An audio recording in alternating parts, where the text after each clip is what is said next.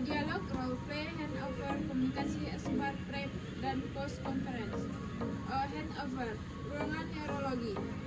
Pada hari Senin 19 Mei 2024, jam 8 waktu Indonesia Barat, di Rumah Sakit Binasihat Ruangan Neurologi terdapat 2 orang perawat shift malam yang sedang bertugas.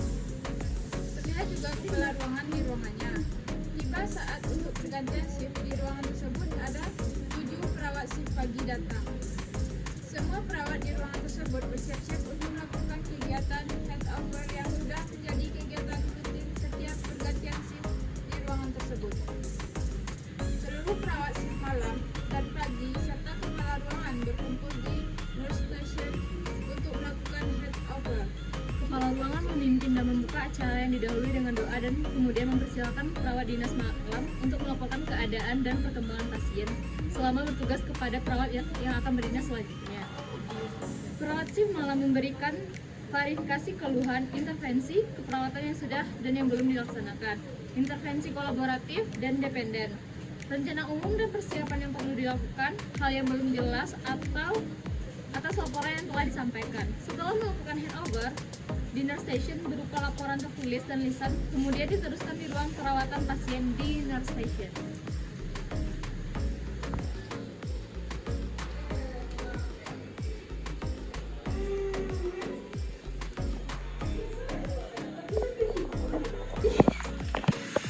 Assalamualaikum warahmatullahi wabarakatuh. Waalaikumsalam warahmatullahi wabarakatuh. Selamat pagi, salam sejahtera untuk kita semua. Untuk anggota tim malam apakah sudah lengkap? Lengkap sudah. Baik, untuk anggota tim pagi apakah sudah lengkap? Sudah, guys. Alhamdulillah pagi ini kita di sini untuk melakukan handover dari shift malam ke shift pagi. Sebelum memulai kegiatan kita pada pagi hari ini, alangkah baiknya kita mulai dengan berdoa. Berdoa dimulai.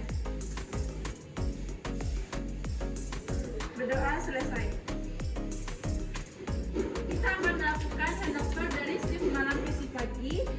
Baiklah untuk tim malam, untuk langsung saja melaporkan hasil asuhan keperawatan yang telah dilakukan tadi malam. Oke, kepada yang baru memberikan kesempatan kepada saya dan tim saya untuk melakukan pasien perawatan saya, yaitu dengan pertama pasien Nyonya I dengan umur 40 tahun, alamat Gereja nomor RT 2014-2010 dengan diagnosa medis vertigo. Pasien masuk rumah sakit tanggal 23 Mei 2024 melalui IGD dengan keluhan nyeri kepala belakang dan pusing. Dirawat di kamar melati hari rawat kedua dengan tanggung jawab dokter izin. Pasien dengan diagnosa medis sakit kepala berat. Dengan diagnosa nyeri akut berhubungan dengan agen cedera fisik, risiko infeksi berhubungan dengan trauma jaringan, risiko ketidakefektifan fungsi jaringan serebral berhubungan dengan edema otak. Anjurkan pasien untuk manajemen nyeri dalam teknik relaksasi tarik nafas dalam. Jika teknik relaksasi nafas dalam tidak efektif, maka lakukan berikan oksigen melalui nasofaring 3 liter per menit. Berikan cairan deglaritin 500 ml per 12 jam. Terapi obat injeksi betasinin 16 mg setiap 8 jam. Terapi obat oral daramamain 50 mg setiap 12 jam. Pasien kedua yaitu Nyonya S, umur 60 tahun, alamat Kulayana Air nomor FM 201115 dengan diagnosa medis Alzheimer. Pasien masuk rumah sakit tanggal 12 Mei 2024 melalui IGD dan keluhan pasien sakit kepala berdenyut. Warga mengatakan pasien sering lupa dan keadaan sekitar.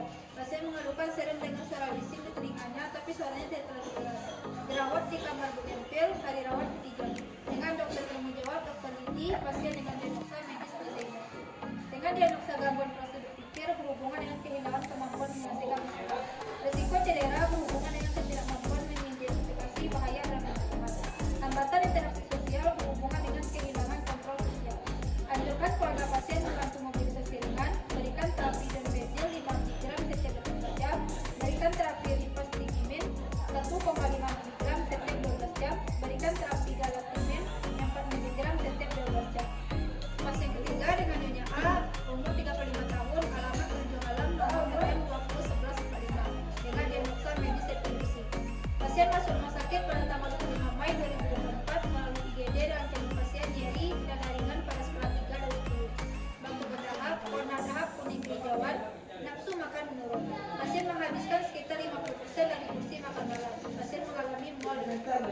Dengan diagnosa kebutuhan, pasien dalam nafas dideteksi. Risiko cedera berhubungan dengan riwayat kejang berulang.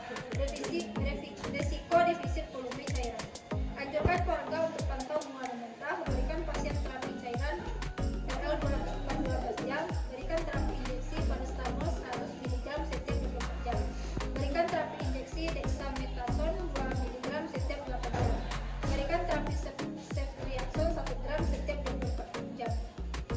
Pasien keempat dengan nyonya A berumur 61 tahun, alamat pasien atas nomor FM 2011-45 dengan diagnosa medis tua. Masuk rumah sakit pada tanggal 22 Mei 2024 melalui IGD dengan keluhan pasien mengalami keluhan anggota gerak sebelah kanan. Pasien mengatakan memiliki penyakit hipertensi tahun 2017. Keluarga mengatakan pasien bicara pilot sebelum masuk rumah sakit. Keluarga mengatakan sudah sehari lagi pasien dibantu oleh keluarga. Dengan diagnosa keperawatan tidak efektif mengatasi jaringan perifer, hambatan mobilitas fisik. Memudahkan perawat menentukan intervensi selanjutnya, tindakan non farmakologis untuk meningkatkan tingkat respon, memberikan kenyamanan pada pasien. Teknik non farmakologis membantu mengurangi kenaikan tanda-tanda tikar. Terapi obat amlodipin 5 mg per 24 jam, terapi obat clopidogrel 75 mg per 24 jam. Baiklah, sekian laporan dari pasien keluhan kami. Baik, terima kasih kepada Nas Weni. Selanjutnya kepada Nas Alfionika dipersilakan untuk melaporkan pasien kelolaannya. Atas waktunya Nars, berikut laporan pasien kelolaan saya. Pasien pertama yaitu Nyonya F, 29 tahun, alamat Pemunggu, nomor MR 201530 dengan diagnosa medis cedera sumsum tulang belakang.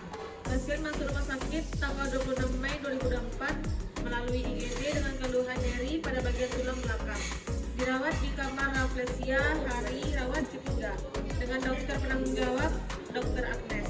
Diagnosa nyeri akut berhubungan agen pencedera fisiologis, risiko infeksi berhubungan dengan efek prosedur invasif pembedahan, gangguan mobilitas fisik berhubungan dengan gangguan neuromuskular. Terapi obat baclofen 15 mg 2 jam setelah makan atau minum. Yang kedua yaitu terapi obat methylprednisolone 30 mg 8 jam setelah cedera. Yang kedua, pasien kedua yaitu Tuan R, 30 tahun, alamat Padang, nomor MR 201541 dengan diagnosa medis meningitis.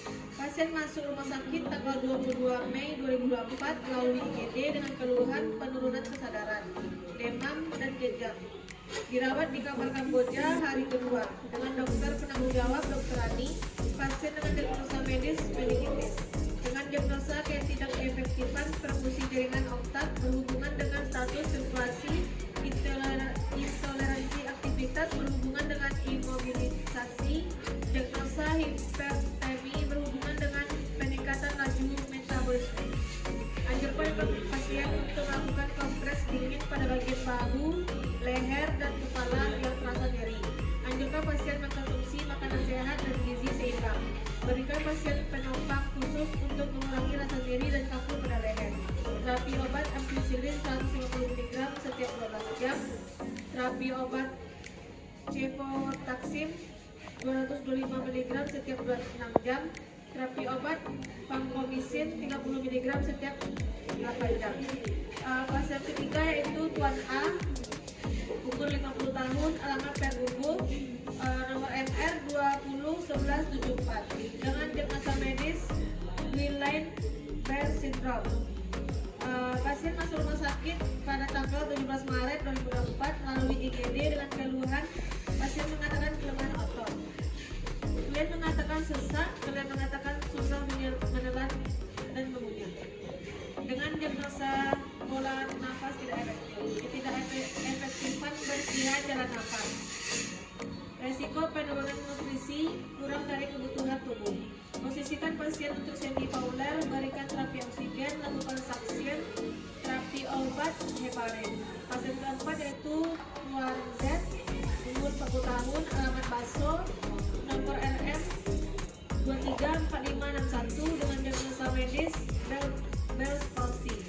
Pasien masuk rumah sakit pada tanggal 22 Mei 2024 melalui polineurologi dengan keluhan pasien Pasien merasa tidak bisa menjalankan sebelah wajahnya, kesulitan makan. Nyonya R menderita berpasi 2 bulan yang lalu dengan diagnosa keperawatan gangguan indera tubuh dan ansietas. Melatih teknik relaksasi fisik, ajarkan pasien cara melatih bagian tubuh yang terganggu, terapi obat prednisolon 50 mg setiap 24 jam. Baiklah, sekian laporan mengenai pasien keluarga saya selama dinas malam. Saya kembalikan kepada Nurse Fatma. Baik, terima kasih untuk tim malam yang telah melaksanakan tugasnya dengan baik. Untuk tim pagi, apakah ada yang mau diklarifikasi? Baiklah, kalau sudah cukup, sekarang kita ke kamar pasien untuk mengecek kondisi pasien. Perawat menuju ke ruang rawatan pasien di kamar pasien.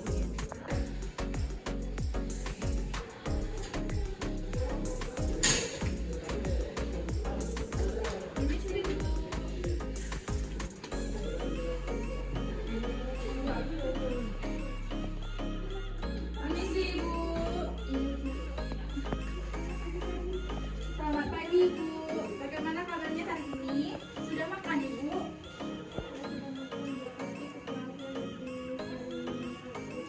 Oh iya, Bu. Nanti habis ini perawat yang dinas pagi akan memberikan obatnya ya, Bu, ya, untuk meredakan sakit kepalanya ya, Bu.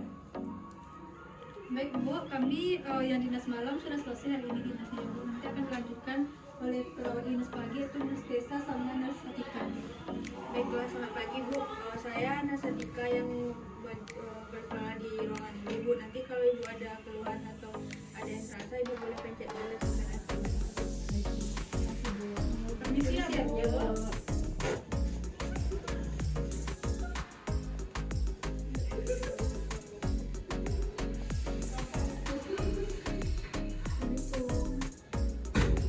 Pagi, Bu.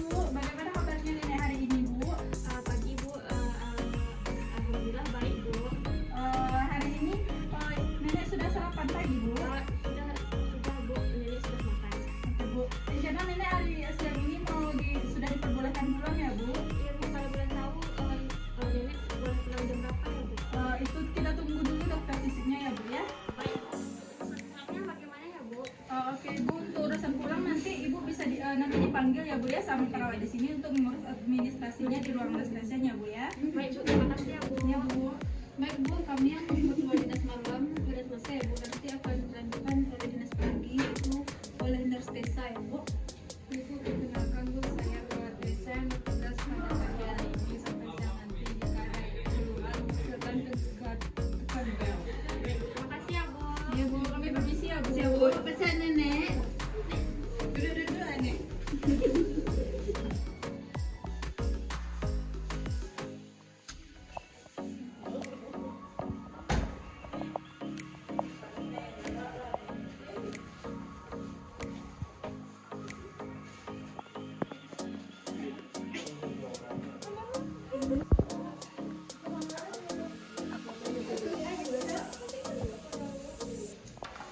Permisi, Bu. Pagi, Bu. Selamat pagi, Bu. Bagaimana kabarnya hari ini? Sudah makan pagi, Bu?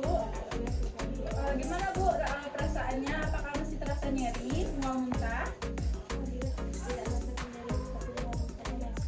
Oke, Bu. Nanti diberikan obatnya ya, Bu, ya, oleh tim yang dinas pagi ya, Bu. Bu, kami yang dinas malam hari ini sudah selesai ya Bu. Nanti akan dilanjutkan oleh dinas pagi Bu. Ya, Bu, selamat pagi, Bu. Perkenalkan saya Nasatika yang berdinas pagi ini sampai siang nanti. Kalau Ibu ada keluhan, boleh pencet bel dan sampaikan keluhan saya.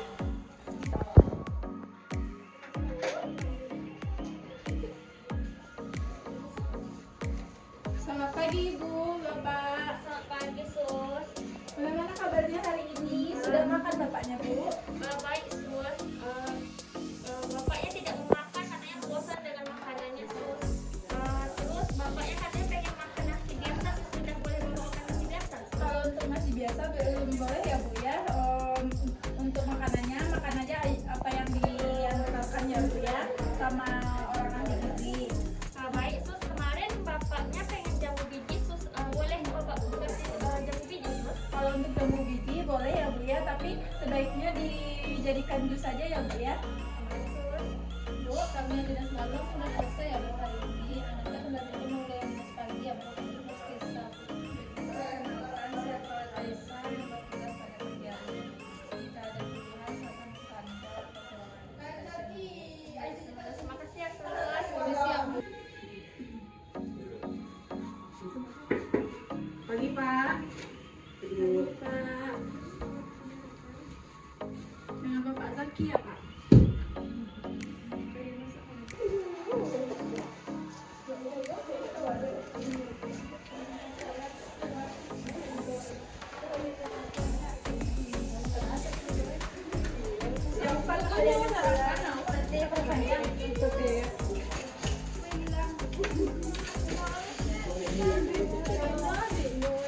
Udah. Dinner station. Baiklah teman-teman, handover kita sudah selesai. Terima kasih untuk yang dinas malam dan selamat beristirahat. Selamat menjalankan tugas bagi yang dinas pagi. Semoga dapat menyelesaikan asuransi perawatan yang telah kita rencanakan. Sebelum menutup handover, selanjutnya masing-masing tim dipersilahkan untuk melakukan rekonferensi terlebih dahulu. Seperti biasa, sebelum menutup handover, semangat pagi. Pagi. Hidup perawat Indonesia. Jaya, jaya, jaya. Kita tutup handover kita dengan Assalamualaikum warahmatullahi wabarakatuh. Waalaikumsalam warahmatullahi wabarakatuh. Station Kepala Tim membuka kegiatan pre-conference. Assalamualaikum warahmatullahi wabarakatuh. Waalaikumsalam warahmatullahi wabarakatuh. Selamat pagi kepada rekan-rekan semua. Puji dan syukur kita masih diberikan instruksi kesehatan. Kali ini pada tanggal 19 Mei 2024 di ruang rawat inap neurologi dengan jumlah pasien 4 orang. Baiklah, di sini saya akan membantu mengarahkan rencana perawatan yang akan kita berikan kepada pasien hari ini. Baiklah, saya sebagai penanggung jawab di tim 1 akan menyampaikan rencana tindakan terhadap pasien selanjutnya.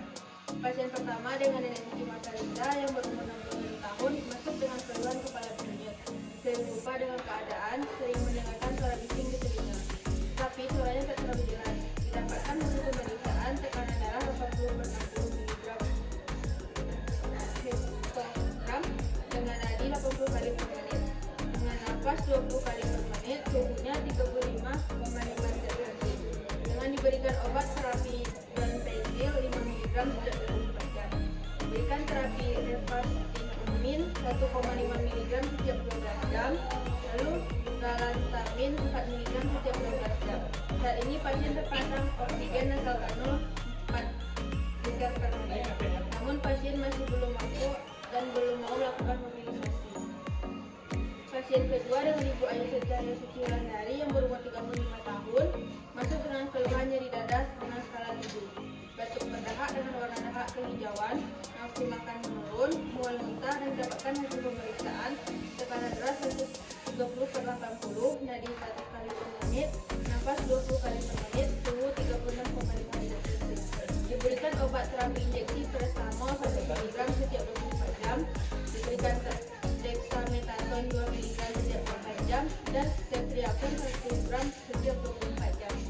Baiklah, sekian rencana asuransi perawatan untuk pasien keluhan saya. Selanjutnya kepada rekan-rekan dipersilakan untuk mengerjakan rencana asuransi perawatan. Baik, terima kasih Mas Dika. Selanjutnya saya akan menyampaikan rencana keperawatan kepada pasien keluhan saya.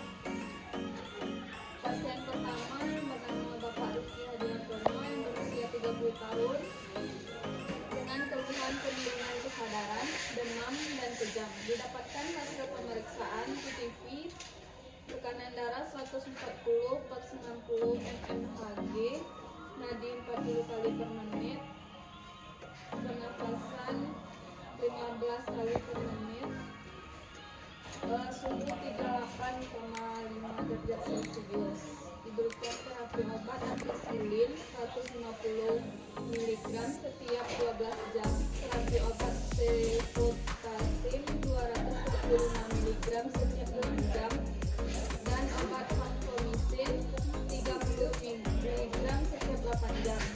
Pasien kedua dengan Bapak M. Zaki Azadi yang berumur 40 tahun dengan keluhan tidak bisa menggerakkan sebelah wajahnya, kesulitan makan. Didapatkan hasil pemeriksaan PTV, tekanan darah 140/90 mmHg,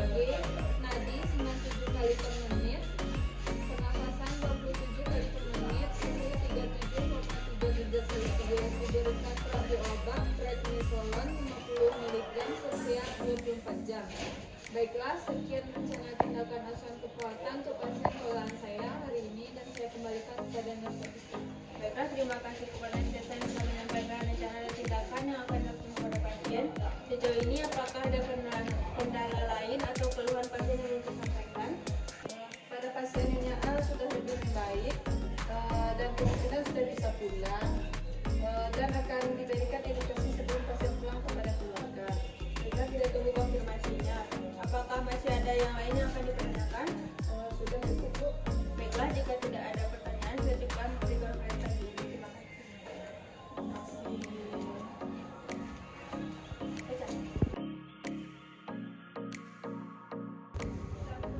Dinner Station pada siang hari tanggal 15 Mei 2024, Dinner Station para perawat berkumpul untuk melakukan press conference dan melakukan tindakan-tindakan yang telah dilakukan. Baiklah, bertemu lagi kita di penghujung dinas kita pada siang ini. Sebelum kita mengabarkan kepada sore, langkah lebih baiknya kita berdoa terlebih dahulu. Doa mulai. Berdoa selesai. Baiklah, kepada Nes Rizka dan Iva, Nanda dan Anissa melakukan askep yang telah dilakukan. Kepada Nes Rizka dan Iva. Terima kasih kepada Kak Tim, saya telah melakukan asuhan keperawatan dengan lancar sesuai dengan rencana. Namun ada beberapa intervensi yang dilakukan dan akan dilakukan pada tim selanjutnya. Pasien pertama yaitu Nyanyi. Pasien sudah mendapatkan terapi ringan laktat 500 ml, obat injeksi beta histin 16 mg setiap 8 jam, terapi obat oral Dramamine 50 mg setiap 12 jam, terapi obat oral flunarizin 5 mg setiap 12 jam. Saat ini pasien masih terpasang infus, pasien mendapatkan diet MD, kondisi sudah ada kemajuan, akan direncanakan pulang jika pasien sudah lancar mobilisasi. Pada pasien kedua ada NNS, sudah diberikan terapi donepezil 5 mg setiap 24 jam, terapi rifastimin 1,5 mg setiap 12 jam, terapi galantamin 4 mg setiap 12 jam, dan saat ini pasien masih terpasang oksigen nasal kano 4 liter per menit, dan pasien sudah dilakukan mobilisasi. Baiklah, Nurse, sekian laporan dari saya. Terima kasih. Terima kasih. Saya kepada Rizka boleh menyampaikan laporan keluhan pasien. Terima kasih, Nurse. Langsung saja. Pasien pertama, Ibu Ayu Sekaria Sucibandari, masih diberikan injeksi paracetamol 100 mg setiap 24 jam dan terapi injeksi dexamethasone 2 mg setiap 8 jam. Telah diberikan terapi ceftriaxone 1 gram setiap 24 jam. Pasien kedua dengan Nenek Agusti Sintia telah diberikan amlodipine 5 mg per 24 jam. Telah diberikan obat pasien kedua dengan Nenek Agusti Sintia telah diberikan amlodipine 5 mg per 24 jam. Telah diberikan obat clopidogrel 75 mg per 24 jam. Baiklah, Nurse, sekian laporan dari pasien saya. Saya kembalikan kepada Nurse Katib. Baiklah, terima kasih kepada Rizka telah melakukan asuhan keperawatan dengan baik pada hari ini. Selanjutnya dipersilakan kepada Nes Rizka untuk mengelola timnya menyampaikan asuhan keperawatan. Baiklah, Nurse, kepada Nurse Nanda dipersilakan untuk melaporkan asuhan keperawatan sampai hari ini. Baiklah, terima kasih kepada Kak Tim. Saya akan menyampaikan aspek yang telah saya lakukan tadi. Pasien pertama dengan Ibu Fitria Kalbi telah diberikan Baclofen 15 mg per 2 jam setelah makan, obat methylprednisolon 30 mg per 8 jam setelah cedera.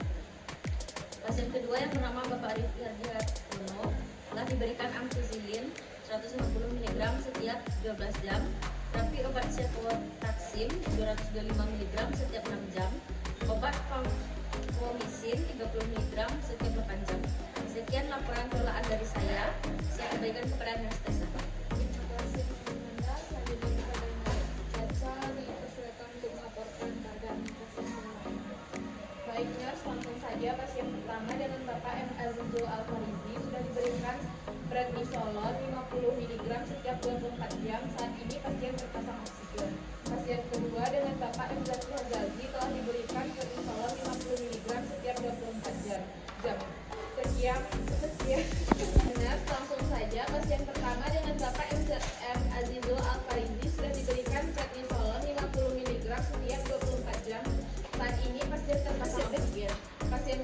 dengan Bapak inflasi